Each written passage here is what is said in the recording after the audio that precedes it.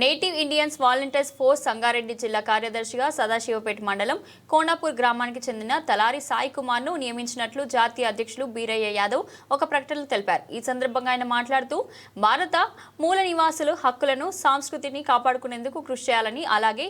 NIF సంస్థ కొరకు నాలా శక్తి ఉన్నంత వరకు బీసీ, ఎస్సీ, ఎస్టీ, మైనార్టీల కోసం పనిచేస్తూ, అలాగే నాకు అప్పచెప్పిన బాధ్యతల ప్రకారం సంగారెడ్డి జిల్లాలోని అన్ని మండలాల్లోని ప్రతి గ్రామంలో సుమారు 10,000 మందిని వాలంటీర్లుగా తయారు చేస్తానని, అవసరమైతే ఏ సమస్యకైనా నిలబడి పోరాడతానని, అలాంటి శక్తివంతమైన ఫోర్స్ ను తయారు చేస్తూ నిరంతరం ప్రతి పల్లెలో, ప్రతి మండలాల్లో వారి సమస్యలను జిల్లా స్థాయికి, రాష్ట్ర స్థాయికి తీసుకెళ్తూ వారి కోసం పనిచేస్తానని అన్నారు. ఈ కార్యక్రమంలో నేటివ్ ఇండియన్ వాలంటీర్స్ ఫోర్స్ రాష్ట్ర చీఫ్ పల్పనూరు శేఖర్, సంగారెడ్డి జిల్లా అధ్యక్షులు విక్రమ్, ఉపాధ్యక్షులు కందుకూరి కృష్ణ,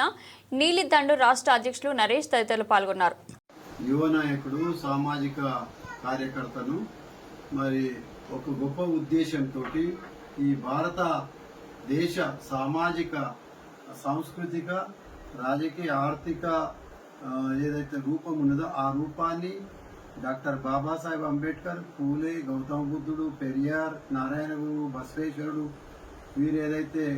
కలలు కన్నారో ఆ సాహు మహారాజ్, ఛత్రపతి శివాజీ గారి యొక్క ఆలోచన విధానం, ఆచరణను నేటివ్ ఇండియన్స్ ఫోరం ముందుకు తీసుకుపోతుంది. అందులో భాగంగానే కన్న సాయిని, తలారి సాయి కుమార్ గారిని జిల్లా సెక్రటరీగా నియమిస్తూ, అలాగే సంగారెడ్డి నియోజకవర్గంలో వాలంటీర్ ఫోర్సులు ఒక దాదాపు 1000 మందిని, గ్రామానికి 10 మందిని తయారు చేయాల్సిందిగా మరి జాతీయ నేటివ్ ఇండియన్స్ ఫోరం వారికి ఆదేశం ఇచ్చింది. వారు దాని ప్రకారం ఆర్గనైజేషన్, అలాగే రాష్ట్ర వాలంటీర్స్ ఫోర్స్ చీఫ్ పల్పనూరు శేఖర్ గారు, అలాగే జిల్లా అధ్యక్షులు భక్తుల విక్రమ్ గారు, అలాగే కందుకూరి కృష్ణ గారు, వీరందరూ కూడా ఒక టీం వర్క్గా ఏర్పడి మొత్తం తెలంగాణ రాష్ట్రంలో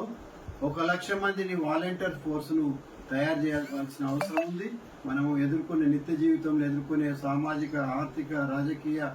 సాంస్కృతిక దాడుల నుండి దీన్ని తప్పించడానికి, సమాజంలో శాంతిని